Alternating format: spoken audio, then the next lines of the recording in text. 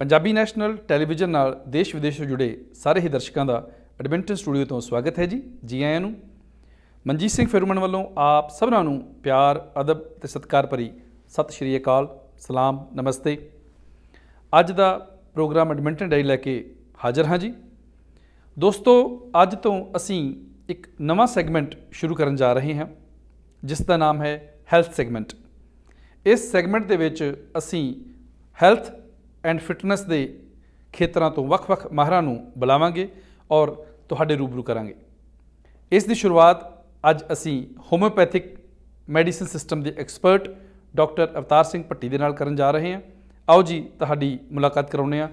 Doctor साहब, programme Edmonton diary विच आप जी का बहुत बहुत स्वागत है जी। बहुत बहुत धन्यवाद तुहाडा मनजीत सिंह जी फिरूमान जी, बहुत बहुत धन्यवाद है इत्थे मैनूं बुलाउण दे लई।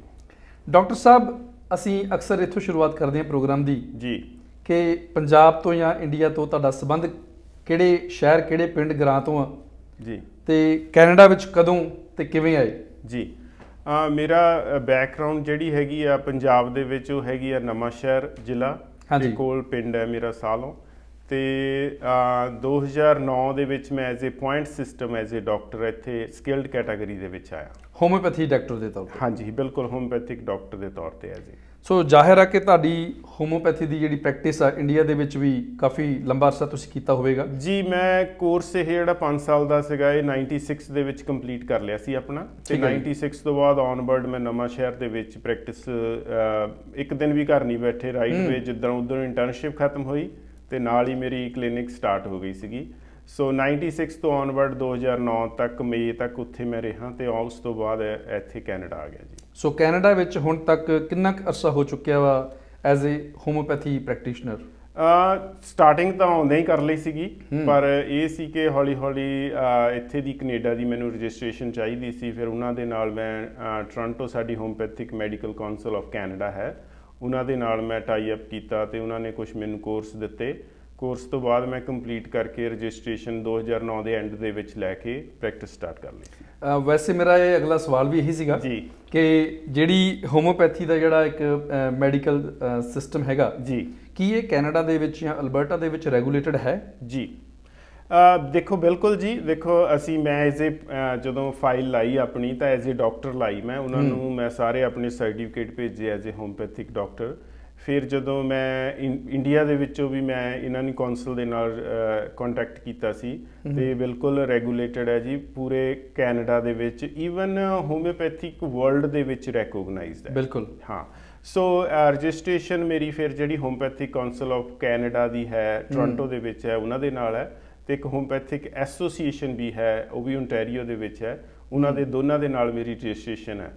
सो कहने का मतलब कि ये प्रॉपर रेगूलेटेड बिल्कुल जी, बिल्कुल ये प्रॉपर रेगूलेटेड है कैनेडा दे विच। ते जेकर डॉक्टर साहब असीं गल करिए होम्योपैथी दे बारे जी, जिहड़ा ये एक वे ऑफ मेडिसिन आ जी, इहदी शुरुआत कित्थों ते किवें हुई, कोई इदां दा कोई आइडिया है जी? अज तो तकरीबन 200 साल तो ज़्यादा पुरानी होम्योपैथिक है जिहड़ी कि स्टार्ट हुई सी जर्मन दे विचों। डॉक्टर सैमुअल हैनीमैन इन्हां दे करता धरता ने जिन्हां ने स्टार्ट की, फाउंडर कह सकते हैं जी बिल्कुल। बेसिकली डॉक्टर सैमुअल हैनीमैन नूं क्यों लोड़ पै गई होम्योपैथिक दी, वो प्रैक्टिस कर रहे सी एलोपैथिक दे विच, वो डॉक्टर सी PhD डॉक्टर सीगे, ठीक है जी। ते लेकिन उस टाइम दे उत्ते जदों काफ़ी साल 200 साल तो पुरानी सी, उस वेले इन्नी पेशेंट नूं नॉलेज नहीं सी कि मैडिसन किद्दां दी मैं लै रहा उहदे की साइड इफैक्ट ने, पर डॉक्टर एज ए तौर पर तो 100% हर एक नूं डॉक्टर नूं पता हुंदा भी जिहड़ी मैडिकेशन असीं दे रहे हैं इहदे किन्ने साइड इफैक्ट ने जां किद्दां ये काम कर रही है। हाँ जी। तो जदों उहदे अंदर उन्होंने लगा पे हो जिहड़े कोई भी प्रॉब्लम है उहदे नाल होर मैडिसन दे नाल कॉम्प्लीकेशन बॉडी च क्रिएट हुंदी है जां कोई साइड इफैक्ट हुंदे आ, तां उसनूं थोड़ा जिहा इस गल तो धक्का लगा कि मैं एज ए किलर नहीं करना काम चाहुंदा। फिर उसने अपनी प्रैक्टिस बंद करती, पर उहदे विच बहुत गुणकारी सी, साइंटिस्ट सीगा वो डॉक्टर, तो उन्हें नाल ही उन्होंने 7 लैंगुएज का नॉलेज सीगा ते उन्हें एक ट्रांसलेशन का अपना एक बिजनेस शुरू किया नाल ही। उस तो बाद ਲੇਕਿਨ ਉਸ ਨੂੰ ਜਦੋਂ ਬੁੱਕਸ ਪੜ੍ਹ ਰਿਹਾ ਸੀ ਉਹ ਟਰਾਂਸਲੇਸ਼ਨ ਦੇ ਵਿੱਚ, ਤਾਂ ਉਹਨੂੰ ਇੱਕ ਪਤਾ ਲੱਗਾ ਇੱਕ ਬੁੱਕ ਦੇ ਵਿੱਚ ਉਹਦੇ ਕੋਲ ਸੀਗਾ ਕਿ ਜ਼ਹਿਰ ਨੂੰ ਕਿੱਦਾਂ ਮਾਰਦਾ ਜਾਂ ਲੋਹਾ ਨੂੰ ਕਿੱਦਾਂ ਕੱਟਦਾ। ਉਹਦੀ ਸਟੱਡੀ ਦੇ ਵਿੱਚ ਇਹ ਪਤਾ ਲੱਗਾ, ਉਹਨੇ ਦੇਖਿਆ ਕਿ ਇੱਕ ਸਿਨਕੋਨਾ ਬਾਰ ਹੈ, ਪਲਾਂਟ ਹੈ ਇੱਕ, ਅੱਛਾ ਜੀ, ਉਹਦੇ ਵਿੱਚ ਸੀਗੀ ਸਟੱਡੀ ਬੁੱਕ ਦੇ ਵਿੱਚ ਕਿ ਅਗਰ ਇਸ ਨੂੰ ਪਲਾਂਟ ਨੂੰ ਤੁਸੀਂ ਇਹਦਾ ਜੂਸ ਕੱਢ ਕੇ ਜਾਂ ਅਰਕ ਕੱਢ ਕੇ ਪੀਂਦੇ ਹੋ ਤਾਂ ਤੁਹਾਨੂੰ ਇੱਕ ਤਰ੍ਹਾਂ ਮਲੇਰੀਆ ਦੇ ਤਰ੍ਹਾਂ ਦੇ ਸਿੰਪਟਮ ਤੁਹਾਡੇ 'ਚ ਕ੍ਰੀਏਟ ਹੁੰਦੇ ਆ। ਅੱਛਾ ਜੀ। ਉਹਨੂੰ ਫਿਰ ਉੱਥੋਂ ਹੀ ਕ੍ਰੀਏਸਿਟੀ ਹੋਈ ਵੀ ਕਿਹੜੀ ਚੀਜ਼ ਹੈ ਜਿਹੜੀ ਕਿ ਬਾਡੀ ਦੇ ਵਿੱਚ ਜਾ ਕੇ ਪਲਾਂਟਸ ਦੀ ਬਾਡੀ ਦੇ ਵਿੱਚ ਸਿੰਪਟਮ ਕ੍ਰੀਏਟ ਕਰ ਰਹੀ ਹੈ ਇੱਕ ਤਰ੍ਹਾਂ ਦੇ ਮਲੇਰੀਆ ਦੀ ਤਰ੍ਹਾਂ ਦੇ। ਫਿਰ ਉਹਦੇ ਵਿੱਚ ਹੀ ਉਸੇ ਬੁੱਕ 'ਚ ਸਟੱਡੀ ਦੇ ਮੁਤਾਬਕ ਕੁਝ ਸੀਗਾ ਕਿ ਅਗਰ ਇਸੇ ਪਲਾਂਟ ਨੂੰ ਪ੍ਰੀਜ਼ਰਵ ਕਰਕੇ ਇਹਦੀ ਥੋੜੀ ਮਾਤਰਾ ਦੇ ਵਿੱਚ ਅਲਕੋਹਲ ਨਾਲ ਪ੍ਰੀਜ਼ਰਵ ਕਰਕੇ ਲਿਆ ਜਾਵੇ ਤਾਂ ਉਹੀ ਸਿੰਪਟਮ ਖਤਮ ਵੀ ਠੀਕ ਵੀ ਕਰ ਸਕਦੇ ਆ। ਜਿਸ ਤਰ੍ਹਾਂ ਮੈਂ ਦੱਸਿਆ ਕਿ ਜ਼ਹਿਰ ਨੂੰ ਲੋਹੇ ਨੂੰ ਲੋਹਾ ਕੱਟਦਾ। ਬਿਲਕੁਲ ਜੀ। ਸੋ ਫਿਰ ਉਸਨੇ ਪਹਿਲਾਂ ਆਪਣੇ ਉੱਤੇ ਪ੍ਰੀਜ਼ਰਵ ਕੀਤਾ ਉਸ ਦਵਾਈ ਨੂੰ, ਹੈ ਨਾ। ਜਦੋਂ ਉਸਨੇ ਦਵਾਈ ਪ੍ਰੀਜ਼ਰਵ ਕੀਤੀ ਤਾਂ ਉਹਨੂੰ ਲੱਗਾ ਕਿ ਵਾਕਿਆ ਇਹਦੇ ਵਿੱਚ ਕੁਝ ਇਹੋ ਜਿਹੀ ਚੀਜ਼ ਹੈ।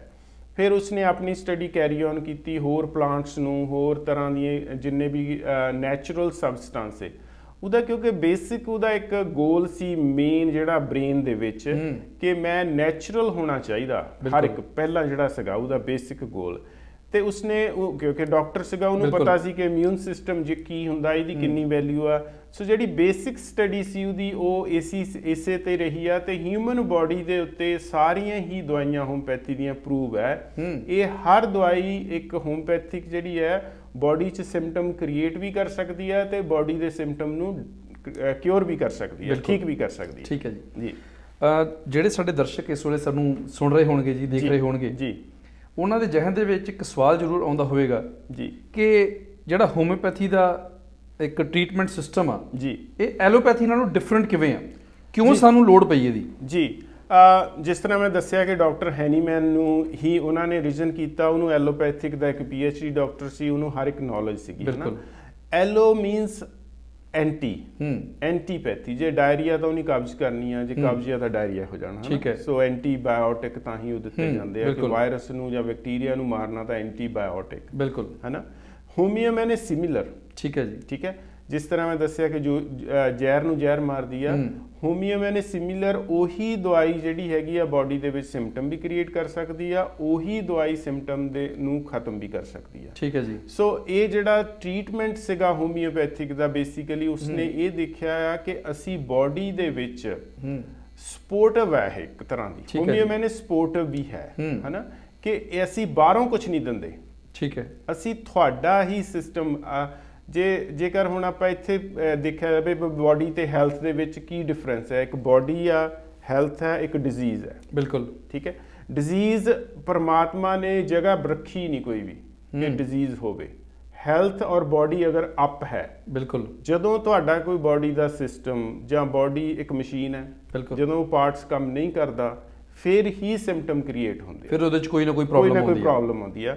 ਔਰ ਹੋਮੀਓ ਦਾ ਇਹੀ ਹੈ ਕਿ ਉਹ ਤੁਹਾਡੇ ਹੀ ਜਿਹੜਾ ਵੀ ਸਿਸਟਮ ਤੁਹਾਡਾ ਸਲੋ ਡਾਊਨ ਹੋ ਗਿਆ ਜਾਂ ਬ੍ਰੇਕ ਡਾਊਨ ਹੋ ਗਿਆ ਉਸੇ ਨੂੰ ਸਪੋਰਟ ਕਰਦੀ ਆ, ਉਸੇ ਦੀ ਸਪੋਰਟ ਰਾਹੀਂ ਜਿਹੜੀ ਤੁਹਾਡੀ ਬਿਮਾਰੀ ਆ ਉਹ ਠੀਕ ਹੁੰਦੀ, ਉਹਨੂੰ ਰਿਪੇਅਰ ਕਰਦੀ ਆ ਜਾਂ ਕਿਉਰ ਕਰਦੀ ਆ। ਅਸੀਂ ਬਾਹਰੋਂ ਉਹਨੂੰ ਦਬਾਉਂਦੇ ਨਹੀਂ ਜਾਂ ਉਹਨੂੰ ਧੱਕਾ ਨਹੀਂ ਕਰਦੇ, ਅਸੀਂ ਸਪੋਰਟ ਕਰਦੇ ਆ।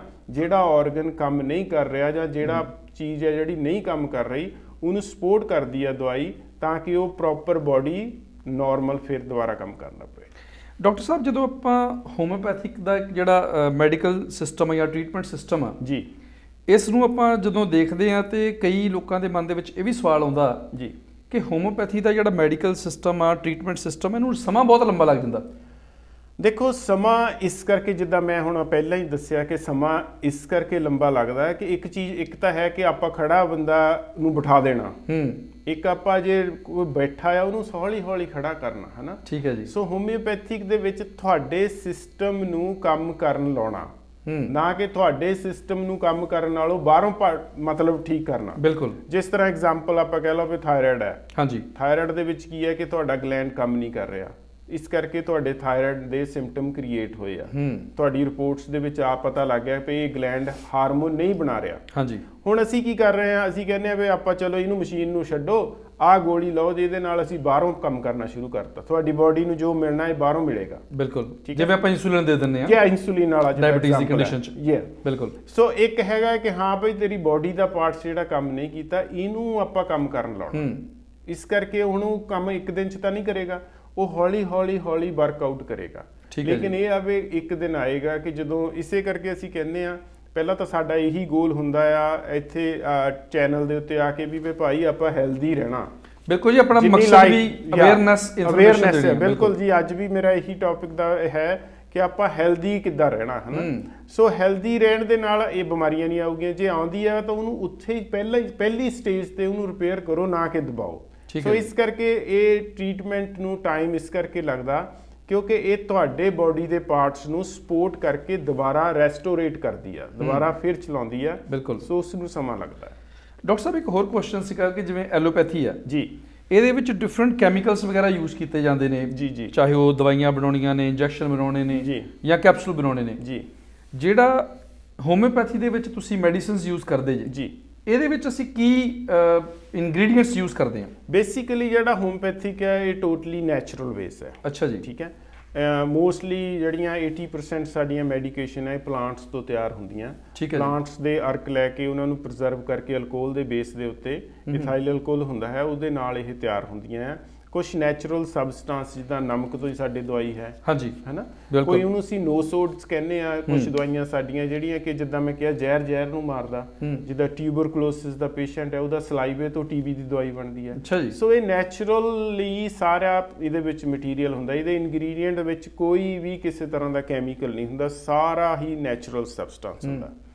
ਡਾਕਟਰ ਸਾਹਿਬ, ਇੱਕ ਨਾ ਗੀਤ ਆਉਂਦਾ ਹੁੰਦਾ ਸੀਗਾ ਕਿ ਮੁੰਡਾ ਹੋਮਿਓਪੈਥੀ ਦੀ ਦਵਾਈ ਵਰਗਾ ਕਰਦਾ ਨਾ ਕੋਈ ਨੁਕਸਾਨ ਜੀ। ਸੋ ਕਹਿਣ ਦਾ ਮਤਲਬ ਹੈ ਕਿ ਜਿਹੜੀ ਹੋਮਿਓਪੈਥੀ ਦੀ ਮੈਡੀਸਨ ਆ ਜੀ, ਕੀ ਇਹਦੇ ਕੋਈ ਸਾਈਡ ਇਫੈਕਟ ਵੀ ਹੋ ਸਕਦੇ ਨੇ ਬਾਡੀ ਨੂੰ ਜਾਂ ਮਾਈਂਡ ਨੂੰ? ਦੇਖੋ, ਮਾਈਂਡ ਨੂੰ ਤਾਂ 100% ਬਿਲਕੁਲ ਵੀ ਨਹੀਂ, ਬਾਡੀ ਨੂੰ ਵੀ 100% ਨਹੀਂ ਹੈ। ਕਾਰਨ ਕੀ ਹੈ ਕਿ ਹੋਮਿਓਪੈਥਿਕ ਦੇ ਵਿੱਚ ਜਿਹੜੀਆਂ ਕੁਝ ਦਵਾਈਆਂ ਆ ਜਿਹੜੀਆਂ 2-4 ਇੱਕ ਦੂਜੇ ਦੇ ਨਾਲ ਹੈ, ਐਨੀਮੀਕਲ ਉਹਨੂੰ ਕਹਿੰਦੇ ਆ ਅਸੀਂ। ਅੱਛਾ ਜੀ। ਅਦਰਵਾਈਜ਼ ਜੇ ਤੁਸੀਂ ਸਿੰਗਲ ਮੈਡੀਸਨ ਦੇ ਰਹੇ ਹੋ ਤਾਂ ਇਹਦਾ ਬਿਲਕੁਲ ਸਾਈਡ ਇਫੈਕਟ ਨਹੀਂ। ਉਹਦਾ ਰੀਜ਼ਨ ਇਹੀ ਆ ਕਿ ਇਹਦੇ ਵਿੱਚ ਕੋਈ ਕੈਮੀਕਲ ਨਹੀਂ ਹੁੰਦਾ, ਕੋਈ ਵੀ ਇਹਦੇ ਵਿੱਚ ਇਸ ਤਰ੍ਹਾਂ ਦਾ ਪ੍ਰੋਡਕਟ ਹੀ ਨਹੀਂ ਹੁੰਦਾ ਜਿਹੜਾ ਕਿ ਤੁਹਾਡੀ ਬਾਡੀ ਨੂੰ ਹਾਰਮ ਕਰੇਗਾ।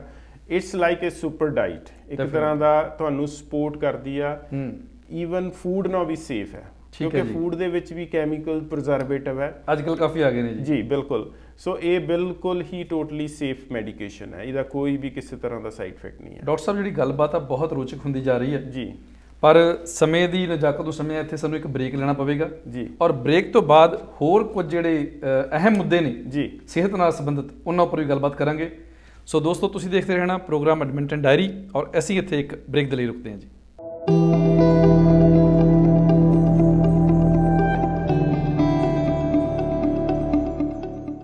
ਪ੍ਰੋਗਰਾਮ ਐਡਮਿੰਟਨ ਡਾਇਰੀ ਦੇ ਵਿੱਚ ਇੱਕ ਵਾਰ ਆਪ ਜੀ ਦਾ ਫਿਰ ਤੋਂ ਸਵਾਗਤ ਹੈ ਜੀ। ਸਾਡੀ ਗੱਲਬਾਤ ਚੱਲ ਰਹੀ ਸੀ ਹੋਮਿਓਪੈਥੀ ਦੇ ਐਡਮਿੰਟਨ ਸ਼ਹਿਰ ਤੋਂ ਸਪੈਸ਼ਲਿਸਟ ਡਾਕਟਰ ਅਵਤਾਰ ਸਿੰਘ ਭੱਟੀ ਜੀ ਦੇ ਨਾਲ ਜੀ। ਭਾਜੀ, ਅਗਰ ਗੱਲ ਕਰੀਏ ਪੁਰਾਤਨ ਸਮੇਂ ਦਾ ਤੇ ਹੁਣ ਸਮੇਂ ਦਾ ਜੀ, ਫਰਕ ਬਹੁਤ ਪੈ ਚੁੱਕਿਆ। ਬਿਲਕੁਲ। ਅੱਜ ਤੋਂ ਅਗਰ ਗੱਲ ਕਰੀਏ 50, 60, 70 ਸਾਲ ਪਹਿਲਾਂ ਦੀ ਗੱਲ ਆ ਜੀ, ਉਸ ਸਮੇਂ ਜਿਹੜੇ ਸਾਡੇ ਬਜ਼ੁਰਗ ਸੀਗੇ, ਸਾਡੇ ਪੂਰਵਜ ਸੀਗੇ ਜੀ, ਉਹਨਾਂ ਦੀ ਸਿਹਤ ਜੀ, ਅਗਰ ਤੁਹਾਨੂੰ ਯਾਦ ਹੋਵੇ ਜੀ, ਕਿਲੋ ਜਲੇਬੀਆਂ, ਕਿਲੋ ਲੱਡੂ ਜੀ, ਤੇ ਵੱਡੇ ਕੜੇ ਵਾਲੇ ਗਲਾਸ ਦੇਸੀ ਘੀ ਦੇ ਡੀਕ ਲਾ ਕੇ ਪੀ ਜਾਂਦੇ ਸੀਗੇ ਜੀ। ਬਿਲਕੁਲ। ਅੱਜ ਕੱਲ੍ਹ ਵੇਖੋ ਤੁਸੀਂ, ਮਿੱਠਾ ਖਾਣ ਤੋਂ ਪਹਿਲਾਂ ਹੀ ਸਾਨੂੰ ਸ਼ੂਗਰ ਹੋਈ ਫਿਰਦੀ ਹੈ। ਬਿਲਕੁਲ। ਤੇ ਇਹ ਜਿਹੜੇ ਫਰਕ ਪੈ ਚੁੱਕਿਆ, ਸਾਡੀ ਸਿਹਤ ਦੇ ਵਿੱਚ ਇੰਨੇ ਵਿਕਾਰ ਆ ਚੁੱਕੇ ਆ, ਇੰਨੀਆਂ ਬਿਮਾਰੀਆਂ ਵੱਧ ਚੁੱਕੀਆਂ ਨੇ ਜੀ, ਇਹਨਾਂ ਦਾ ਕੀ ਕਾਰਨ ਦੇਖਦੇ ਤੁਸੀਂ? ਇਹਦਾ ਬਹੁਤ ਵਧੀਆ ਕੁਐਸਚਨ ਹੈ ਇਹ ਐਕਚੁਅਲੀ, ਕਿਉਂਕਿ ਇਹ ਹਰ ਇੱਕ ਸਰਬੱਤ ਦੇ ਨਾਲ ਹੀ ਜੁੜਿਆ ਹੈ ਕੁਐਸਚਨ ਇਹ ਆ। ਹੁਣ ਤੁਸੀਂ ਇਹ ਦੇਖੋ ਵੀ ਸਾਡਾ ਪਹਿਲਾਂ ਤਾਂ ਇਹਦੇ ਵਿੱਚ ਲਾਈਫ ਸਟਾਈਲ ਆ ਗਿਆ, ਹੈ ਨਾ। ਉਸ ਵਿੱਚ ਇਹ ਅਸੀਂ ਪਹਿਲੀ ਲਾਈਫ ਸਟਾਈਲ ਜਿਹੜੀ ਸੀਗੀ, ਲੋਕ ਵਰਜਿਸ਼ ਕਰਨੀ, ਬਿਲਕੁਲ, ਵਾਕ ਕਰਨੀ, ਹਰ ਰੋਜ਼ ਖੇਤਾਂ ਨੂੰ ਜਾਣਾ, ਕਿੰਨੀ ਵੌਟ ਹੁੰਦੀ ਸੀ, ਕੰਮਕਾਰ ਹੀ ਇਦਾਂ ਦੇ ਸੀ ਕਿ ਫਿਜ਼ੀਕਲੀ ਜਾਂ ਕਹ ਲਓ ਵੀ ਲਗਜ਼ਰੀ ਲਾਈਫ ਨਹੀਂ ਸੀ ਹੈਗੀ, ਫਿਜ਼ੀਕਲ ਐਕਟੀਵਿਟੀ ਬਹੁਤ ਸੀ ਉਸ ਟਾਈਮ ਤੇ, ਹੈ ਨਾ।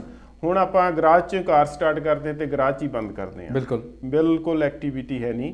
ਸੋ ਸਭ ਤੋਂ ਵੱਡਾ ਇਹ ਹੈ। ਦੂਜਾ ਜਿਹੜਾ ਹੈਗਾ ਕਿ ਅੱਗੇ ਵਧਣ ਦੀ ਸਾਡੇ 'ਚ ਰੇਸ ਬਹੁਤ ਹੈ। ਆਪਾਂ ਸਿਹਤ ਦੇ ਪ੍ਰਤੀ ਕੋਈ ਸਾਨੂੰ ਨੌਲੇਜ, ਐਂਬੀਸ਼ੀਅਸ ਹੋ ਗਏ ਕਿ ਆਪਾਂ ਵੱਧ ਤੋਂ ਵੱਧ ਪੈਸਾ ਕਮਾਈਏ, ਆਪਣਾ ਲਾਈਫ, ਨੀਂਦ ਦਾ ਕੋਈ ਪ੍ਰੋਪਰ ਨਹੀਂ ਹੈਗਾ, ਖੁਰਾਕਾਂ ਦੇਖੋ ਕੈਮੀਕਲ, ਬਿਲਕੁਲ ਹਰ ਇੱਕ ਚੀਜ਼ ਦੇ ਵਿੱਚ ਕੈਮੀਕਲ, ਪ੍ਰੀਜ਼ਰਵੇਟਿਵ, ਸਬਜ਼ੀ ਉੱਥੋਂ ਬਣੀਓ ਤੁਸੀਂ ਪੈਕਟ ਦੇ ਵਿੱਚ ਲਿਆਉਨੇ ਆ, ਤੜਕਾ ਲਾਣੇ, ਚੱਲ ਖਾਣੇ ਆ। ਬਿਲਕੁਲ। ਸੋ ਇਹ ਚੀਜ਼ਾਂ ਦਾ ਬਹੁਤ ਵੱਡਾ ਫਰਕ ਹੈ ਜਿਹੜਾ ਅੱਜ ਤੇ ਪਿਛਲੇ ਸਮੇਂ ਦੇ ਵਿੱਚ ਸੀ। ਸਟ੍ਰੈਸ, ਹਰ ਬੰਦੇ ਨੂੰ ਸਟ੍ਰੈਸ ਹੈ, ਮਾਨਸਿਕ ਸਟ੍ਰੈਸ ਬਹੁਤ ਜ਼ਿਆਦਾ ਸਟ੍ਰੈਸ ਹੈ। ਸਟ੍ਰੈਸ ਦੇ ਨਾਲ ਬਿਮਾਰੀਆਂ। ਸੋ ਇਹ ਜਿਹੜੀ ਲਾਈਫ ਸਟਾਈਲ ਹੈ, ਸਟ੍ਰੈਸ ਹੈ, ਦੌੜ ਭੱਜ ਹੈ, ਖਾਣ ਪੀਣ ਦੇ ਤਰੀਕੇ ਨੇ, ਖਾਣ ਪੀਣ ਦੇ ਤਰੀਕੇ, ਪ੍ਰੋਸੈਸਡ ਫੂਡ, ਜੰਕ ਫੂਡ। ਦੇਖੋ ਪਹਿਲਾਂ ਕਿੱਥੇ ਜੰਕ ਫੂਡ ਹੁੰਦੇ ਸੀ। ਈਵਨ ਅਗਰ ਗੱਲ ਕਰੀਏ ਸੀ ਜਿਵੇਂ ਪੰਜਾਬ ਦੀ ਗੱਲ ਕਰ ਲਈਏ ਜੀ, ਜਿਹੜੀਆਂ ਪਹਿਲਾਂ ਫਸਲਾਂ ਹੁੰਦੀਆਂ ਸੀ ਆਰਗੈਨਿਕ ਸੀਗੀਆਂ, ਬਿਲਕੁਲ ਬਿਲਕੁਲ 2-4 ਬੋਰੀਆਂ ਨਿਕਲਦੀਆਂ ਸੀਗੀਆਂ 1 ਕਿੱਲੇ ਦੇ ਵਿੱਚੋਂ। ਹੁਣ ਆਪਾਂ ਨੂੰ ਰੇਸ ਲੱਗੀ ਆ ਵੀ ਵੱਧ ਤੋਂ ਵੱਧ ਜਿਹੜਾ ਹੈ ਕਿਵੇਂ ਆ ਰਿਹਾ ਵਾ, ਕੈਮੀਕਲਸ ਯੂਜ਼ ਕਰ ਰਹੇ ਆ, ਫਰਟੀਲਾਈਜ਼ਰਸ ਯੂਜ਼ ਕਰ ਰਹੇ ਆ, ਪੈਸਟੀਸਾਈਡਸ ਯੂਜ਼ ਕਰ ਰਹੇ ਆ। ਸੋ ਡੈਫੀਨਿਟਲੀ ਉਹਨੇ ਸਾਡੀ ਕੁਆਲਿਟੀ ਆਫ ਫੂਡ ਵੀ, quality of soil and quality of water ਸਾਰਿਆਂ ਨੂੰ ਡੈਮੇਜ ਕੀਤਾ। ਬਿਲਕੁਲ। ਹੁਣ ਤੁਸੀਂ ਆਹ ਦੇਖ ਲਓ ਵੀ ਕੋਵਿਡ ਨੇ ਕਿੱਦਾਂ, ਕਿਉਂਕਿ ਪਤਾ ਥੋੜਾ ਹੁੰਦਾ ਸੀਗਾ ਉਸ ਟਾਈਮ ਦੇ ਉੱਤੇ, ਕੁਝ ਵੀ ਨਹੀਂ ਹੁੰਦੀਆਂ ਸੀ ਇਹ ਗੱਲਾਂ। ਬਿਲਕੁਲ। ਇਹ ਸਾਇੰਸ ਕਹਿੰਦੀ ਮੈਂ ਵੱਧ ਤਰੱਕੀ ਕੀਤੀ, ਬਿਮਾਰੀਆਂ ਕਹਿੰਦੇ ਮੈਂ ਵੱਧ ਤਰੱਕੀਆਂ ਕੀਤੀਆਂ। ਸਹੀ ਗੱਲ ਹੈ, ਇਹ ਦੌੜ ਹੀ ਲੱਗੀ ਹੋਈ ਆ ਸਾਰੇ ਪਾਸੇ। ਸਹੀ ਗੱਲ ਹੈ ਜੀ। ਕਈ ਵਾਰੀ ਇਹ ਸਮਝਣਾ ਥੋੜਾ ਔਖਾ ਜਿਹਾ ਹੋ ਜਾਂਦਾ ਵਾ ਕਿ ਬਿਮਾਰੀਆਂ ਵੱਧ ਰਹੀਆਂ ਨੇ ਜਾਂ ਜਿਹੜਾ ਸਾਡਾ ਮੈਡੀਕਲ ਟ੍ਰੀਟਮੈਂਟ ਸਿਸਟਮ ਆ ਉਹ ਇੰਪਰੂਵ ਕਰ ਰਿਹਾ। ਬਸ ਜੀ ਇਹ ਦੋਨੋਂ ਪਾਸੇ ਕਹਿ ਲਓ ਪਏ, ਉਹ ਕਹਿੰਦਾ ਮੈਂ ਅੱਗੇ, ਉਹ ਕਹਿੰਦੇ ਮੈਂ ਅੱਗੇ, ਸਾਇੰਸ ਕਹਿੰਦੀ ਮੈਂ ਅੱਗੇ, ਬਿਮਾਰੀ ਕਹਿੰਦੀ ਉਹ। ਕੁਦਰਤ ਦੇਖੋ ਕਦੇ ਸੋਚਿਆ ਸੀਗਾ ਵੀ ਇਦਾਂ ਸਾਰਾ ਕੁਝ ਸ਼ਟ ਡਾਊਨ ਹੋ ਜਾਏਗਾ? ਬਿਲਕੁਲ ਡਾਕਟਰ ਸਾਹਿਬ, ਇਸੇ ਪੁਆਇੰਟ ਤੇ ਆਪਾਂ ਹੁਣ ਆਉਣਾ ਸੀਗਾ ਜੀ ਕਿ ਲਗਭਗ 1 ਵਰ੍ਹਾ ਹੋ ਚੁੱਕਿਆ ਜੀ ਕੋਵਿਡ ਨੇ ਸਾਰੀ ਦੁਨੀਆ ਨੂੰ ਇਸ ਵੇਲੇ ਜਕੜਿਆ ਹੋਇਆ। ਪ੍ਰਕੋਪ ਜਿਹੜਾ ਵਾ ਉਹ ਕਈ ਲੋਕ ਜਾਨੋਂ ਹੱਥ ਗਵਾ ਚੁੱਕੇ ਨੇ। ਬਿਲਕੁਲ ਬਿਲਕੁਲ, ਬਹੁਤ ਵੱਡਾ ਲਾਸ ਹੋਇਆ ਇਸ। ਅੱਜ ਮੈਂ ਸੁਣ ਰਿਹਾ ਸੀਗਾ ਨਿਊਜ਼ ਵੀ ਅਲਬਰਟਾ ਦੇ ਵਿੱਚ ਅਜੇ ਵੀ 152 ICU ਦੇ ਵਿੱਚ ਨੇ ਪੇਸ਼ੈਂਟਸ ਜੀ। ਬਿਲਕੁਲ, ਬਹੁਤ। ਔਰ ਲਗਾਤਾਰ ਰੋਜ਼ 1200-1400 ਕੇਸਿਸ ਆ ਰਹੇ ਨੇ ਔਰ ਡੈਥ ਰੇਟ ਵੀ ਕਾਫੀ ਹੋ ਚੁੱਕਿਆ। ਬਹੁਤ ਬਿਲਕੁਲ। ਸੋ ਸਭ ਤੋਂ ਪਹਿਲਾਂ ਤਾਂ ਇਹ ਦੱਸੋ ਜੀ, ਇਹ ਜਿਹੜਾ ਕੋਵਿਡ ਵਾਇਰਸ ਆ ਇਹ ਕੀ ਆ? ਦੇਖੋ ਜਿਹੜਾ ਵਾਇਰਸ ਹੈ ਨਾ, ਕੋਈ ਵੀ ਵਾਇਰਸ ਹੈ, ਜਿੱਦਾਂ ਪਾਸਟ ਹਿਸਟਰੀ ਲਾ ਲਓ, ਜਿੱਦਾਂ ਈਵਨ ਏਡਜ਼ ਵੀ ਇੱਕ ਵਾਇਰਸ ਹੈ। ਹਾਂਜੀ। ਜਿਹੜੇ ਵਾਇਰਸ ਹੁੰਦੇ ਆ ਇਹ ਬਹੁਤ ਹੀ ਮੈਨਿਊਟ ਇੱਕ ਵਿਸ਼ਾਣੂ ਹੁੰਦੇ ਆ, ਤੱਤ ਹੁੰਦੇ ਆ ਜਿਹੜੇ ਕਿ ਬਿਲਕੁਲ ਤੁਹਾਨੂੰ ਮਾਈਕਰੋਸਕੋਪ 'ਚ ਵੀ ਨਹੀਂ ਦਿਸਦੇ। ਬਿਲਕੁਲ ਜੀ, ਨਿੱਕੇ ਹੁੰਦੇ ਆਪਾਂ ਪੜ੍ਹਦੇ ਸੀ ਜੀਵਾਣੂ, ਵਿਸ਼ਾਣੂ। ਬਿਲਕੁਲ ਬਿਲਕੁਲ ਬਿਲਕੁਲ। ਔਰ ਸੈਕੰਡਲੀ ਸਭ ਤੋਂ ਵੱਡੀ ਵਾਇਰਸ ਦੀ ਇਹ ਹੁੰਦੀ ਹੈ ਕਿ ਵਾਇਰਸ ਕਦੀ ਵੀ ਜਿੰਦਾ ਨਹੀਂ ਰਹਿ ਸਕਦਾ ਕਿਤੇ ਵੀ। ਅੱਛਾ ਜੀ, ਠੀਕ ਹੈ। ਅਗਰ ਸਰਫੇਸ ਦੇ ਉੱਤੇ ਪਿਆ ਆ, ਚਾਹੇ ਹੈਂਡਲ ਲਾ ਲਓ, ਚਾਹੇ ਕੱਪੜੇ, ਕੋਈ ਵੀ ਸਰਫੇਸ ਹੈ, ਇਹ ਵਿਦਿਨ ਏ ਫਿਊ ਡੇਜ਼, ਕੋਈ ਆਪਣੀ ਇਹਨਾਂ ਦੀ ਹੁੰਦੀ ਆ ਏਜ, 2 ਦਿਨ, ਕੋਈ 3 ਦਿਨ, ਕੋਈ 1 ਦਿਨ, ਕੋਈ ਕੁਝ ਘੰਟਿਆਂ 'ਚ ਹੀ ਮਰ ਜਾਂਦਾ। ਠੀਕ ਹੈ। ਲੇਕਿਨ ਜਦੋਂ ਇਹ ਤੁਹਾਡੀ ਬੋਡੀ 'ਚ ਆਉਂਦਾ, ਇਹਨੂੰ ਬੋਡੀ ਚਾਹੀਦੀ ਆ, ਅੱਛਾ ਜੀ, ਡਿਵੈਲਪ ਹੋਣ ਲਈ, ਵਧਣ ਲਈ। ਇੱਕ ਜੇ ਪਿਆ ਇੱਕ ਤਾਂ ਇੱਕੋ ਹੀ ਰਹੂਗਾ, ਮਰ ਜਾਏਗਾ। ਲਿਵਿੰਗ ਆਰਗੇਨਿਜ਼ਮ ਚਾਹੀਦੇ ਆ, ਲਿਵਿੰਗ ਆਰਗੇਨਿਜ਼ਮ ਚਾਹੀਦਾ, ਚਾਹੇ ਉਹ ਹਿਊਮਨ ਬੋਡੀ, ਚਾਹੇ ਉਹ ਜਾਨਵਰ ਹੋਵੇ, ਕੋਈ ਵੀ ਆਰਗੇਨਿਜ਼ਮ ਚਾਹੀਦਾ। ਹੁਣ ਜਦੋਂ ਇਹ ਬੋਡੀ 'ਚ ਵੜਦਾ, ਜਦੋਂ ਇਹ ਬੋਡੀ 'ਚ ਵੜ ਕੇ, ਇਹ ਮੋਸਟਲੀ ਜਿਹੜਾ ਕੋਵਿਡ ਹੈ ਇਹ ਇਹਨਾਂ ਦੀ 2 ਪ੍ਰਜਾਤੀਆਂ ਹੁੰਦੀਆਂ, RNA ਤੇ DNA। ਬਿਲਕੁਲ। ਇਹ RNA ਹੈ ਜਿਹੜਾ ਕੋਵਿਡ ਹੈ, ਇਹ ਜਦੋਂ ਤੁਹਾਡੀ ਬੋਡੀ 'ਚ ਵੜਦਾ ਤੁਹਾਡੇ ਸੈੱਲ ਤੇ ਅਟੈਕ ਕਰਦਾ। ਠੀਕ ਹੈ। ਜੇ ਤੁਹਾਡਾ ਸੈੱਲ ਵੈਸੇ ਅਲਾਓ ਨਹੀਂ ਕਰਦਾ ਕਿਸੇ ਨੂੰ ਐਂਟਰ ਹੋਣ ਲਈ, ਪਰ ਇਹ ਸਟਰੋਂਗ ਹੈ, ਇਹ ਉਸ ਸੈੱਲ ਦੇ ਵਿੱਚ ਵੜ ਕੇ, ਠੀਕ ਹੈ, ਉਹਨੂੰ ਮਤਲਬ ਇੱਕ ਤਰ੍ਹਾਂ ਦਾ ਖਤਮ ਕਰ ਲੈਂਦਾ ਤੇ ਆਪਣਾ ਸੈੱਲ 'ਚ ਵੜ ਕੇ ਗਰੋ ਐਦਾਂ ਕਰਦਾ ਨਾ, ਜਿੱਦਾਂ ਇੱਕ ਐਗਜ਼ਾਮਪਲ ਲਾ ਲਓ ਵੀ ਜਿਹੜਾ ਹਾਈਜੈਕ ਕਰਦੇ ਆ ਆਪਾਂ ਪਲੇਨ ਨੂੰ। ਬਿਲਕੁਲ ਬਿਲਕੁਲ, ਹੈ ਨਾ। 1 ਜਾਂ 2 ਵਿੱਚ ਉਹਦੇ ਕੋਈ ਵੀ, ਜਾਂ ਇੱਕ ਜੋ ਵੀ ਕਹਿ ਲਓ, ਜਿਨ੍ਹਾਂ ਕੋਲ ਗਨ ਹੈ ਜਾਂ ਜੋ ਵੀ ਹੈ, ਉਹ ਵਿੱਚ ਵੜ ਜਾਂਦੇ ਆ। ਜਦੋਂ ਪਲੇਨ ਹਵਾ ਚੱਲ ਜਾਂਦਾ ਤੇ ਫਿਰ ਉਹ ਪਾਇਲਟ ਨੂੰ ਹੀ ਕਹਿੰਦੇ ਗਨ ਪੁਆਇੰਟ ਤੇ ਸਾਰਾ ਕੰਟਰੋਲ ਕਰ ਲੈਂਦੇ ਜਹਾਜ਼ ਦਾ, ਸਾਰਾ ਕੁਝ ਇਸ ਤਰ੍ਹਾਂ। ਇਸੇ ਤਰ੍ਹਾਂ ਇਹ ਬੋਡੀ ਦੇ ਸੈੱਲ 'ਚ ਵੜਦਾ, ਵੜਨ ਤੋਂ ਬਾਅਦ ਆਪਣੇ ਆਪ ਨੂੰ ਗਰੋ ਕਰਦਾ ਤੇ ਉਹ ਜਿਹੜਾ ਸੈੱਲ ਦੀ ਆਪ ਦੀ ਪ੍ਰਾਪਰਟੀ ਹੈ ਉਹਨੂੰ ਖਤਮ ਕਰ ਦਿੰਦਾ। ਸੋ ਆਪਣੀ ਫੌਜ ਤਿਆਰ ਕਰ ਲੈਂਦਾ, ਆਪਣੀ ਫੌਜ ਵਿਦਿਨ ਏ ਸੈਕਿੰਡ ਤਿਆਰ ਕਰ ਦਿੰਦਾ। ਔਰ ਜਿੱਦਾਂ ਹੀ ਇਹ ਸੈੱਲ ਨੂੰ ਪਾੜਦਾ, ਫਿਰ ਉਹਦੀ ਫੌਜ ਸਾਰੇ ਜਿਹੜੇ ਸਾਡੇ ਜਗ੍ਹਾ ਆ ਉੱਥੇ ਖਿਲਰ ਜਾਂਦੀ ਆ, ਸਾਰੇ ਪਾਸਿਓਂ ਫਿਰ ਅੱਗੇ ਅੱਗੇ ਅੱਗੇ ਇਹ ਬੋਡੀ ਪਾਰਟਸ ਤੇ ਇਫੈਕਟ ਕਰਦੀ ਹੈ, ਬੋਡੀ ਪਾਰਟਸ ਤੋਂ ਅੱਗੇ ਹੋਰਨਾਂ ਦੇ ਵਿੱਚ ਵੀ ਚਲ ਜਾਂਦੀ ਹੈ। ਠੀਕ ਹੈ ਜੀ। ਜਿੱਦਾਂ ਹੀ ਕਿਸੇ ਦੇ ਸਲਾਈਵਾ 'ਚ ਆ ਗਿਆ ਜਾਂ ਕਿਸੇ ਵੀ ਪਾਰਟ ਤੇ ਆ ਗਿਆ, ਹੱਥ ਨੂੰ ਲੱਗਾ। ਹੁਣ ਜੇ ਈਵਨ ਤੁਹਾਡੇ ਕੋਵਿਡ ਕਿਸੇ ਨੂੰ ਹੱਥ ਤੱਕ ਵੀ ਆ ਗਿਆ, ਪਰਮਾਤਮਾ ਨੇ ਇਹਨੂੰ ਫਿਰ ਵੀ ਨਹੀਂ ਐਂਟਰ ਹੋਣਾ ਦੱਸਿਆ। ਹਾਂ, skin is a immune organ, ਹੈ ਨਾ। ਸਕਿਨ ਤੋਂ ਐਂਟਰ ਨਹੀਂ ਕਰ ਸਕਦਾ, ਲੇਕਿਨ ਜਦੋਂ ਹੀ ਇਹ ਅੱਖਾਂ ਆ ਜਿਹੜੇ ਔਰੀਫਿਸ ਆ ਸਾਡੇ, ਇਹੀ ਆ ਇੱਕ ਬੋਡੀ ਦੇ ਵਿੱਚ ਕਿਤੇ ਵੀ ਐਂਟਰ ਨਹੀਂ ਹੋ ਸਕਦਾ। ਜਿਹੜੇ ਔਰੀਫਿਸ ਆ ਇੱਥੋਂ ਫਿਰ ਜਦੋਂ ਅਸੀਂ ਟੱਚ ਕਰ ਦਿੰਦੇ ਆ, ਇੱਥੋਂ ਫਿਰ ਇਹਨੂੰ ਜਗ੍ਹਾ ਮਿਲ ਜਾਂਦੀ। ਸੋ ਕਹਿਣ ਦਾ ਮਤਲਬ ਜਿਹੜਾ ਅਸੀਂ ਸਰਕਾਰਾਂ ਸਾਡੀਆਂ ਮਾਸਕ ਪਹਿਨਣ ਨੂੰ ਕਹਿ ਰਹੀਆਂ ਨੇ ਤੇ ਉਹਦਾ ਇੰਪੈਕਟ ਹੋ ਸਕਦਾ, ਪੋਜ਼ਿਟਿਵ ਇੰਪੈਕਟ। ਬਿਲਕੁਲ ਇੰਪੈਕਟ ਪੈਂਦਾ ਆ ਅਗਰ ਤੁਸੀਂ ਇਹਨੂੰ, ਕਿਉਂਕਿ ਇਹਦੀ ਚੇਨ ਤੋੜਨ ਲਈ ਤੁਹਾਨੂੰ ਇਹੀ ਹੈ ਵੀ ਇਹਨੂੰ ਬੋਡੀ ਨਹੀਂ ਚਾਹੀਦੀ, ਇਹਨੂੰ ਬਾਡੀ ਨਹੀਂ ਚਾਹੀਦੀ ਕਿ ਕਿਸੇ ਵਿੱਚ ਹੋਰ ਇਹ ਵਧੇ ਫੁੱਲੇ। ਡਾਕਟਰ ਸਾਹਿਬ ਜਦੋਂ ਅਸੀਂ ਗੱਲ ਕਰਦੇ ਹਾਂ ਕੋਵਿਡ ਦੇ ਬਾਰੇ ਜੀ, ਤੇ ਕੋਵਿਡ ਦੇ ਨਾਲ ਨਾਲ ਇੱਕ ਹੋਰ ਟਰਮ ਜਿਹੜੀ ਆ ਉਹ ਕਾਫੀ ਪਾਪੂਲਰ ਹੋਈ ਇਸ ਸਮੇਂ ਦੇ ਵਿੱਚ, ਇਮਿਊਨ ਸਿਸਟਮ। ਜੀ, ਕਈ ਲੋਕ ਕਹਿੰਦੇ ਆ ਵੀ ਭਾਈ ਤੇਰਾ ਇਮਿਊਨ ਸਿਸਟਮ ਕਮਜ਼ੋਰ ਸੀ ਤਾਂ ਤੇਰੇ ਤੇ ਕੋਵਿਡ ਜਿਹੜਾ ਵਾ ਭਾਰੀ ਪੈ ਗਿਆ। ਬਿਲਕੁਲ ਬਿਲਕੁਲ। ਜਾਂ ਕਈ ਲੋਕ ਜਿਹੜੇ ਆਪਣੇ ਆਪ ਨੂੰ ਸਮਝਦੇ ਵੀ ਮੇਰਾ ਇਮਿਊਨ ਸਿਸਟਮ ਬੜਾ ਵਧੀਆ ਵਾ, ਜੀ, ਉਹ ਕਹਿੰਦੇ ਵੀ ਦੇਖ ਲਓ ਮੈਨੂੰ ਤਾਂ ਕੋਵਿਡ ਹੋਇਆ ਨਹੀਂ। ਬਿਲਕੁਲ ਸਹੀ ਆ। ਸੋ ਇਹ ਇਮਿਊਨ ਸਿਸਟਮ ਹੈ ਕੀ? ਦੇਖੋ, ਇਹ ਇੱਕ ਬਾਡੀ ਦਾ ਮੇਨ ਇੰਪੋਰਟੈਂਟ ਸਿਸਟਮ ਹੈ, ਇੱਕ ਪ੍ਰੋਟੈਕਟਿਵ ਸਿਸਟਮ ਹੈ। ਜਿੱਦਾਂ ਦੇਸ਼ ਹੈ ਹੁਣ, ਉਹਦੀ ਸਭ ਤੋਂ ਜ਼ਿਆਦਾ ਰੀੜ੍ਹ ਦੀ ਹੱਡੀ ਕੀ ਆ? ਫੌਜ। ਬਿਲਕੁਲ, ਆਰਮੀ ਹੈ ਜੀ, ਬਾਰਡਰ ਆਰਮੀ ਹੈ, ਪ੍ਰੋਟੈਕਸ਼ਨ ਕਰਦੀ ਹੈ। ਸੇਮ ਸਾਡੀ ਬਾਡੀ ਦੀ ਆਰਮੀ ਆ। ਇਮਿਊਨ ਸਿਸਟਮ ਅਗਰ ਬਾਡੀ ਦਾ ਸਟਰੋਂਗ ਹੈ, ਕੋਈ ਵੀ ਜਿਹੜੇ ਆਰਗੇਨਿਜ਼ਮ ਹੈ ਜਾਂ ਇਦਾਂ ਦੇ ਪੈਰਾਸਾਈਟ ਹੈ, ਵਾਇਰਸ ਹੈ, ਬੈਕਟੀਰੀਆ ਆ, ਬਾਡੀ 'ਚ ਵੜੀ ਨਹੀਂ ਸਕਦਾ। ਠੀਕ ਹੈ ਜੀ। ਹੈ ਜਦੋਂ ਤੁਹਾਡਾ ਇਮਿਊਨ ਸਿਸਟਮ, ਇਹਦੇ ਵਿੱਚ ਹੁੰਦਾ ਕਿ ਇਮਿਊਨ ਸਿਸਟਮ ਦੇ ਵਿੱਚ 2 ਪ੍ਰੋਸੈਸ ਹੁੰਦੇ ਆ।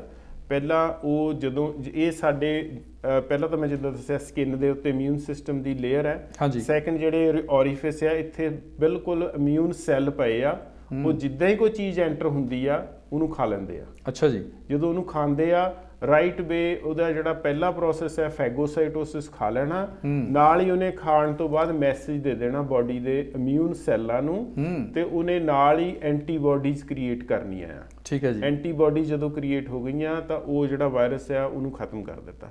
ਹੁਣ ਕੋਵਿਡ ਇਸ ਕਰਕੇ ਥੋੜਾ ਜਿਹਾ ਔਖਾ ਸੀ ਕਿਉਂਕਿ ਸਟਰੋਂਗ ਸੀ, ਪਰ ਜਿਸ ਬੰਦੇ ਦਾ ਇਮਿਊਨ ਸਿਸਟਮ ਸਟਰੋਂਗ ਸੀ ਉਹਦੇ ਵਿੱਚ ਵੀ ਦੇਖੋ ਰਿਕਵਰੀ ਰੇਟ ਕਿੰਨੇ ਆ। ਬਿਲਕੁਲ, ਕਿਉਂਕਿ ਬਾਡੀ ਨੇ ਉਹਨੂੰ, ਬਾਡੀ ਪਰਮਾਤਮਾ ਨੇ ਜਿਹੜੀ ਬਣਾਈ ਆ ਉਹਦੇ ਵਿੱਚ ਸਾਰਾ ਕੁਝ ਹੀ ਪਾਇਆ, ਪਰ ਇਮਿਊਨ ਸਿਸਟਮ ਜੇ ਕਿਸੇ ਦਾ ਸਟਰੋਂਗ ਆ ਤਾਂ ਉਹ ਹਰ ਬਿਮਾਰੀ ਨੂੰ ਖਾ ਸਕਦਾ, ਖਤਮ ਕਰ ਸਕਦਾ, ਪਰ ਜਿਹਦਾ ਵੀਕ ਹੈ ਉਹਨੂੰ ਫਿਰ ਉਹ ਟਾ ਹੋ ਜਾਂਦਾ। ਮੈਨੂੰ ਤਾਂ ਹੀ ਲੱਗਦਾ ਜੀ ਕਿ ਜਦੋਂ ਦਿੱਲੀ ਸਰਕਾਰ ਦੇ ਵਿੱਚ ਨਾ ਪਲਾਜ਼ਮਾ ਥੈਰੇਪੀ ਕਾਫੀ ਪਾਪੂਲਰ ਹੋਈ ਸੀ, ਤੇ ਮੈਨੂੰ ਲੱਗਦਾ ਤਾਂ ਹੀ ਉਹਨਾਂ ਨੇ, ਕਿਉਂਕਿ ਦੇਖਿਆ ਹੋਣਾ ਵੀ ਜਿਨ੍ਹਾਂ ਦਾ ਇਮਿਊਨ ਸਿਸਟਮ ਬੈਟਰ ਆ, ਜਿਹੜੇ ਜਲਦੀ ਰਿਕਵਰ ਕਰ ਗਏ, ਉਹਨਾਂ ਦਾ ਪਲਾਜ਼ਮਾ ਲੈ ਕੇ ਹੋਰਨਾਂ ਨੂੰ ਜਿਨ੍ਹਾਂ ਦਾ ਵੀਕ ਆ ਉਹਨਾਂ ਦੀ ਟ੍ਰੀਟਮੈਂਟ ਕੀਤੀ ਜਾ ਸਕੇ। ਜਿਸ ਬਾਡੀ ਦਾ ਇਮਿਊਨ ਸਿਸਟਮ ਸਟਰੋਂਗ ਆ, ਇਹ ਐਂਟੀਬਾਡੀਜ਼ ਪਲਾਜ਼ਮਾ ਦੇ ਵਿੱਚ ਪਈਆਂ ਰਹਿੰਦੀਆਂ, ਬਲੱਡ ਦਾ ਇੱਕ ਪਾਰਟ ਹੈ ਪਲਾਜ਼ਮਾ, ਉਹਦੇ ਵਿੱਚ ਪਈਆਂ ਰਹਿੰਦੀਆਂ। ਜਦੋਂ ਕਿਸੇ ਦਾ ਵੀਕ ਹੈ ਤਾਂ ਉਹਦੇ ਬਾਡੀ 'ਚ ਜਦੋਂ ਤੁਸੀਂ ਪਾਉਂਗੇ ਤਾਂ ਉਹ ਇਹ ਇਮਿਊਨ ਸੈੱਲ ਜਿੱਦਾਂ ਐਂਟੀਬਾਡੀਜ਼ ਹੈ ਜਿਹੜੀਆਂ, ਉਹ ਜੇ ਅਸੀਂ ਮੰਨ ਲਓ 5 ਵਿੱਚ ਪਾਈਆਂ ਤਾਂ ਉਹਨੇ 50 ਮਿਲੀਅਨ ਇੱਕਦਮ ਤਿਆਰ ਕਰ ਦੇਣੀਆਂ, ਇੱਕ ਤਰ੍ਹਾਂ ਦੀ ਆਪਣੀ ਫੌਜ ਤਿਆਰ ਕਰਕੇ ਉਸ ਬਾਡੀ ਦੇ ਵਿੱਚ ਸਪੋਰਟ ਕਰਕੇ ਦੇ ਦੇਣੀ। ਬਿਲਕੁਲ ਜੀ, ਦੁਸ਼ਮਣ ਦੀ ਫੌਜ ਨੂੰ ਫਿਰ ਢਾਉਣਾ ਜਾ ਕੇ। ਬਿਲਕੁਲ ਜੀ, ਇਹ ਇੱਕ ਫੌਜ ਆ ਬਾਡੀ ਦੀ, ਇਮਿਊਨ ਸੈੱਲ ਜਿਹੜੇ ਆ। ਤੇ ਡਾਕਟਰ ਸਾਹਿਬ ਇੱਕ ਹੋਰ ਗੱਲ ਹੈ ਵੀ ਜਿਹੜਾ ਇਮਿਊਨ ਸਿਸਟਮ ਆ ਇਹ ਚੇਂਜ ਤਾਂ ਨਹੀਂ ਹੋ ਸਕਦਾ ਰਾਤੋਂ ਰਾਤ। ਬਿਲਕੁਲ ਨਹੀਂ। ਜੇ ਅਸੀਂ ਇਮਿਊਨ ਸਿਸਟਮ ਨੂੰ ਇੰਪਰੂਵ ਕਰਨਾ ਚਾਹੁੰਦੇ ਆ, ਬਿਹਤਰ ਬਣਾਉਣਾ ਚਾਹੁੰਦੇ ਆ, ਬੂਸਟ ਕਰਨਾ ਚਾਹੁੰਦੇ ਆ ਜੀ, ਸਾਡੇ ਜਿਹੜੇ ਦਰਸ਼ਕ ਨੇ ਇਹਨਾਂ ਨੂੰ ਕੀ ਟਿਪਸ ਦੇਣੇ ਚਾਹੋਗੇ ਤੁਸੀਂ? ਬਹੁਤ ਹੀ ਵਧੀਆ ਸਵਾਲ ਹੈ, ਕਿਉਂਕਿ ਜੋ ਆਉਣ ਵਾਲਾ ਸਮਾਂ ਹੈ ਆਪਾਂ ਨੂੰ ਇਹ ਲੱਗ ਰਿਹਾ, ਜਿਸ ਤਰ੍ਹਾਂ ਹੁਣ ਇਸ ਵਾਇਰਸ ਨੇ ਪਿਛਲਾ ਜਿੱਦਾਂ ਦੱਸਿਆ ਵੀ 1 ਸਾਲ ਦੇ ਵਿੱਚ ਕਾਫੀ ਕਹਿਰ ਮਚਾਇਆ ਹੈ। ਸੋ ਆਪਾਂ ਆਪਣੇ ਆਪ ਨੂੰ ਹੀ, ਹਰ ਬੰਦੇ ਨੂੰ ਚਾਹੀਦਾ ਹੈ ਕਿ ਆਪਾਂ ਆਪਣੇ ਆਪ ਨੂੰ ਖੜਾ ਕਰੀਏ।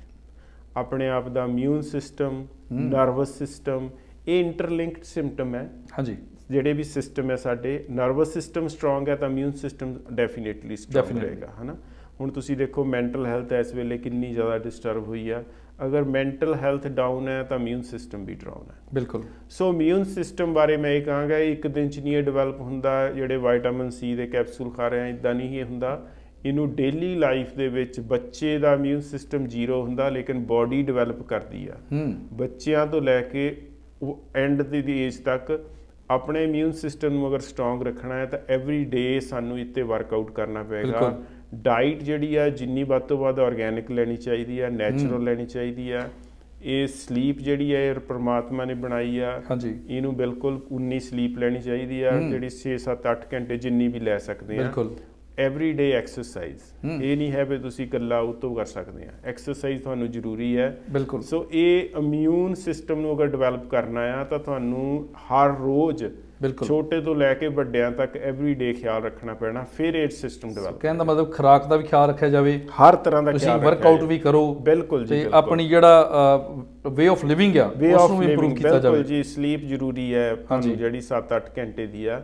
ਫਿਰ ਇਹ ਸਿਸਟਮ ਡਿਵੈਲਪ ਹੋਣਾ। ਡਾਈਟ ਤੇ ਵੀ ਪੂਰਾ ਖਿਆਲ ਰੱਖਣਾ। ਡਾਕਟਰ ਜਿਹੜਾ ਆਪਾਂ ਪਾਣੀ ਪੀਂਦੇ ਆ ਇਹਦਾ ਵੀ ਕੋਈ ਰੋਲ ਹੋ ਸਕਦਾ ਜੀ? ਬਿਲਕੁਲ ਜੀ, ਪਾਣੀ ਦਾ ਤਾਂ ਬਹੁਤ ਵੱਡਾ ਰੋਲ ਹੈ। ਆਪਾਂ ਕਿਸੇ ਦਿਨ ਆਪਾਂ ਪਾਣੀ ਤੇ ਹੀ ਟੌਪਿਕ ਕਰਾਂਗੇ ਕਿ ਪਾਣੀ ਬੋਡੀ 'ਚ ਕੀ ਕਰਦਾ, ਬਿਲਕੁਲ ਕਿੰਨਾ ਕੁ ਜ਼ਰੂਰੀ ਆ ਹਾਂਜੀ ਐਵਰੀਡੇ ਦੇ ਉੱਤੇ। ਡਾਕਟਰ ਸਾਹਿਬ ਤੁਸੀਂ ਬਹੁਤ ਵਧੀਆ ਗੱਲਾਂ ਬਾਤਾਂ ਕੀਤੀਆਂ। ਮੈਨੂੰ ਯਕੀਨ ਹੈ ਕਿ ਸਾਡੇ ਜਿਹੜੇ ਦਰਸ਼ਕ ਨੇ ਜੀ ਇਹ ਗੱਲਬਾਤ ਤੋਂ ਲਾਹਾ ਲੈਣਗੇ ਔਰ ਜਿਹੜਾ ਆਪਣਾ ਇਮਿਊਨ ਸਿਸਟਮ ਆ ਜੀ ਉਸ ਨੂੰ ਬਿਹਤਰ ਬਣਾਉਣਗੇ ਜੀ। ਤੁਸੀਂ ਜਾਣ ਤੋਂ ਪਹਿਲਾਂ ਇੱਕ ਵਾਰੀ ਸਾਡੇ ਦਰਸ਼ਕਾਂ ਨੂੰ ਆਪਣਾ ਫੋਨ ਨੰਬਰ ਜ਼ਰੂਰ ਦੇ ਦਿਓ ਤਾਂ ਕਿ ਅਗਰ ਉਹ ਤੁਹਾਡੇ ਕੋਈ ਸਲਾਹ ਮਸ਼ਵਰਾ ਲੈਣਾ ਚਾਹੁੰਦੇ ਹੋਣ ਜਾਂ ਕੋਈ ਟਿਪਸ ਲੈਣਾ ਚਾਹੁੰਦੇ ਹੋਣ ਤਾਂ ਤੁਹਾਡੇ ਨਾਲ ਸੰਪਰਕ ਕਰ ਸਕਣ। ਜੀ ਬਿਲਕੁਲ ਜੀ, ਮੇਰਾ ਨਾਮ ਡਾਕਟਰ ਅਵਤਾਰ ਸਿੰਘ ਭੱਟੀ ਹੈ ਤੇ ਮੇਰਾ ਫੋਨ ਨੰਬਰ ਐਡਮਿੰਟਨ 'ਚ ਮੈਂ ਰਹਿਣਾ ਤੇ ਐਡਮਿੰਟਨ 'ਚ ਹੀ ਪ੍ਰੈਕਟਿਸ ਕਰਦਾ 7805047808 780 504 7808।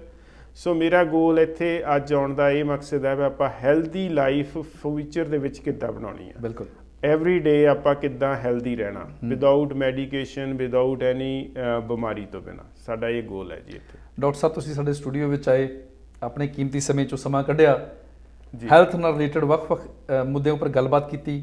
ਆਪ ਜੀ ਦਾ ਬਹੁਤ-ਬਹੁਤ ਧੰਨਵਾਦ ਆ ਔਰ ਆਸ ਕਰਦੇ ਹਾਂ ਕਿ ਆਉਣ ਵਾਲੇ ਸਮੇਂ ਦੇ ਵਿੱਚ ਵੱਖ-ਵੱਖ ਹੋਰ ਮੁੱਦੇ ਜਿਹੜੇ ਸਿਹਤ ਨਾਲ ਸੰਬੰਧਿਤ ਨੇ ਉਹਨਾਂ ਉੱਪਰ ਗੱਲਬਾਤ ਅਸੀਂ ਜਾਰੀ ਰੱਖਾਂਗੇ ਜੀ। ਜੀ ਬਹੁਤ-ਬਹੁਤ ਧੰਨਵਾਦ ਤੁਹਾਡਾ ਵੀ ਮਨਜੀਤ ਸਿੰਘ ਜੀ ਤੇ ਬਹੁਤ-ਬਹੁਤ ਧੰਨਵਾਦ ਸਾਰੇ ਦਰਸ਼ਕਾਂ ਦਾ ਜੀ। ਸੋ ਇਹ ਸਨ ਡਾਕਟਰ ਅਵਤਾਰ ਸਿੰਘ ਜੀ ਭੱਟੀ ਜਿਹੜੇ ਕਿ ਐਡਮਿੰਟਨ ਸ਼ਹਿਰ ਦੇ ਵਿੱਚ ਹੋਮੋਪੈਥੀ ਦੇ ਸਪੈਸ਼ਲਿਸਟ ਹਨ। ਅਸੀਂ ਅੱਜ ਇਹਨਾਂ ਨਾਲ ਵੱਖ-ਵੱਖ ਮੁੱਦੇ ਖਾਸ ਕਰਕੇ ਅਸੀਂ ਕੋਵਿਡ ਦੇ ਸਬੰਧ ਦੇ ਵਿੱਚ, ਇਮਿਊਨ ਸਿਸਟਮ ਦੇ ਸਬੰਧ ਦੇ ਵਿੱਚ ਜਿਹੜੀ ਗੱਲਬਾਤ ਕੀਤੀ ਆ, ਆਸ ਕਰਦੇ ਹਾਂ ਕਿ ਤੁਹਾਨੂੰ ਪਸੰਦ ਵੀ ਆਈ ਹੋਵੇਗੀ ਔਰ ਤੁਸੀਂ ਇਹਨਾਂ ਨੂੰ ਆਪਣੀ ਜ਼ਿੰਦਗੀ ਦੇ ਵਿੱਚ ਅਮਲੀ ਰੂਪ ਦੇ ਵਿੱਚ ਇਹਨੂੰ ਲਾਗੂ ਕਰੋਗੇ ਔਰ ਆਪਣੀ ਸਿਹਤ ਦਾ ਖਿਆਲ ਰੱਖੋਗੇ।